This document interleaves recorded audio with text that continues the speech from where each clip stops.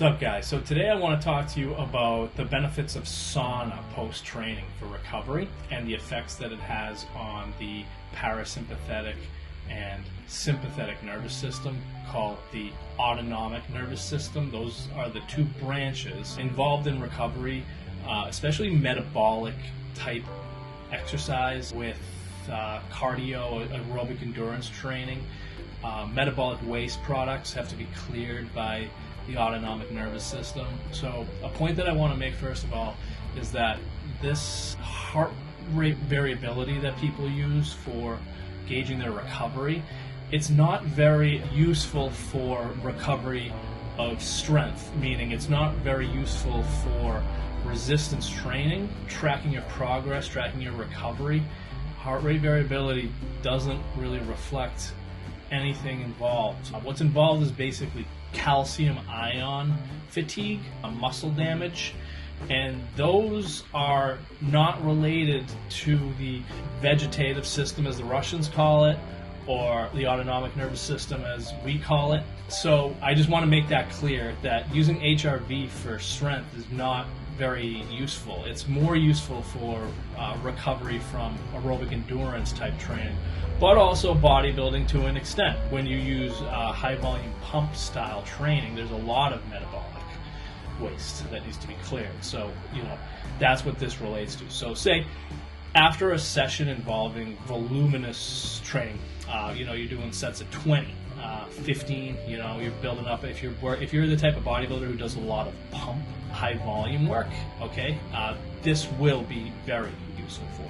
Alright guys, so real quick, if you want to learn more about using GH to enhance recovery from hard training, check out the link below. Discuss my book, Bolus, a practical and reference guide to the use of GH. It's the only GH book that you guys will ever need. So the sauna is very beneficial. It's been used for centuries in Eastern culture especially. I'm going to talk to you about two protocols. There was the Soviet Union's weightlifting team from the 80s. They used a recovery protocol that used sauna and different methods of recovery, restorative methods they call them. I will tell you what those are and describe the protocol to you. As well as the Finns used a protocol that they call a complete cycle. Basically, it's simple, straightforward, but I'll tell you about both. So sauna, what sauna does is it enhances recovery, especially post-training, involving metabolic buildup, high repetition bodybuilding style training or aerobic endurance training. So sauna increases beta-endorphins and it increases adrenocorticotropic hormone in blood. These basically reflect a parasympathetic state. It takes some adaptation. So when you first start using the sauna, it will increase cortisol, until you adapt, but you do adapt quickly. Afterwards, the benefit is that you get an increased noradrenaline, or norepinephrine. This is enhancing your parasympathetic tone. Also, it stimulates the RAAS, the renin-angiotensin aldosterone system, and stimulates ADH, which is antidiuretic hormone. So let me tell you now about these protocols.